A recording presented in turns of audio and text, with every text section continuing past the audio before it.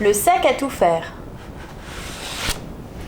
Tom le fouteux donne des coups de pied dans les pommes tombées par terre. Il frappe, feinte, tire, puis, comme il aime aussi les croquer, il en ramasse le plus possible, embourre ses poches, ses manches et enfin ses sacs en plastique.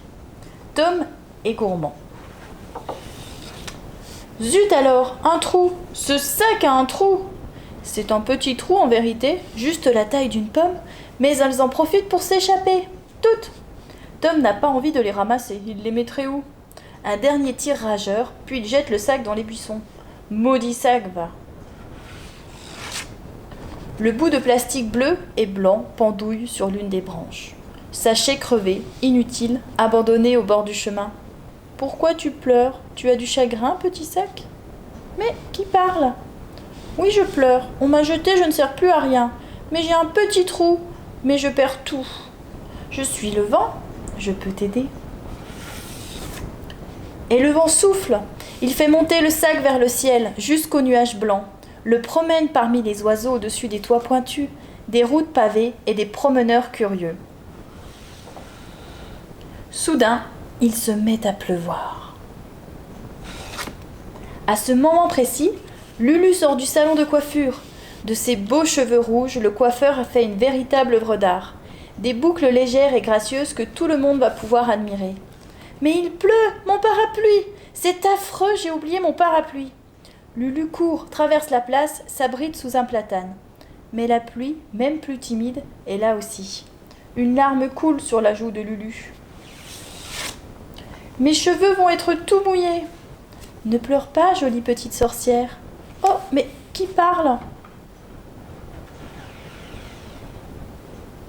Je suis le vent, et je t'apporte une capuche. Elle a un petit trou, mais maintenant, tu peux rentrer chez toi sans mouiller tes magnifiques boucles. Je t'accompagne. Ils arrivent à la porte de la maison. Salut! Et le vent emporte le sac très haut, tout en chassant les nuages qui cachent le soleil. Soudain, il fait très chaud. Trop chaud pour un champignon. Moi, le beau bolet, je vais me dessécher, flétrir et finir en poudre. Toi, petite lépiote, tu es bien à l'abri à l'ombre, tu en as de la chance. Je préfère que tu m'appelles Coolmel, mais toi aussi tu as de la chance, regarde ce que le vent t'apporte. Je suis le vent.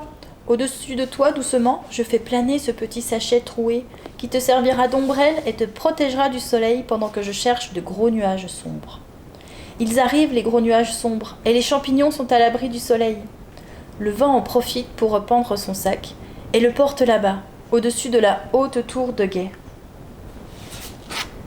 Oh! Il y a un petit chat sur le mur. Il tremble le chaton. Jamais il n'avait grimpé si haut. Maintenant, il n'ose plus bouger. Il a peur de monter, il a peur de descendre. Il a le vertige, un vertige terrible. Et malgré ses griffes, il glisse doucement le long du mur. Prends le sac, vite! Qui parle, miaou? Quel sac? Prends le sac, vite! Je suis le vent. Serre-toi de tes griffes, courage. Saute!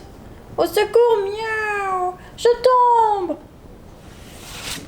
Mais doucement, agrippé au sachet rayé, le chat, sous les regards curieux, atterrit sur la place.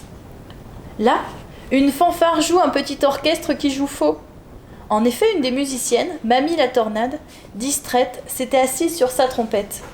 Elle n'arrive plus à tirer la moindre note de son instrument tout tordu. Donc, la musique de la petite troupe est bancale et Mamie la Tornade râle. « Prends mon sachet et souffle dedans. » Mais qui parle? Taisez-vous, occupez-vous de vos affaires, il est dégoûtant ce sachet. Je suis le vent. Allez, souffle, souffle. Il y a un petit trou comme dans ta trompette. Et Mamie la Tornade souffle. Elle souffle si fort que le sac se met à siffler. Et toute la fanfare l'accompagne. Elle joue presque juste. Marie et sa maman applaudissent très fort. Les musiciens sont partis, la place est vide. La petite fille ramasse le sachet. Regarde, maman, il est magnifique. Marie, il faudrait plutôt le mettre à la poubelle. Mais maman, j'aimerais bien le garder, s'il te plaît. Un vieux sachet troué. Pourquoi faire?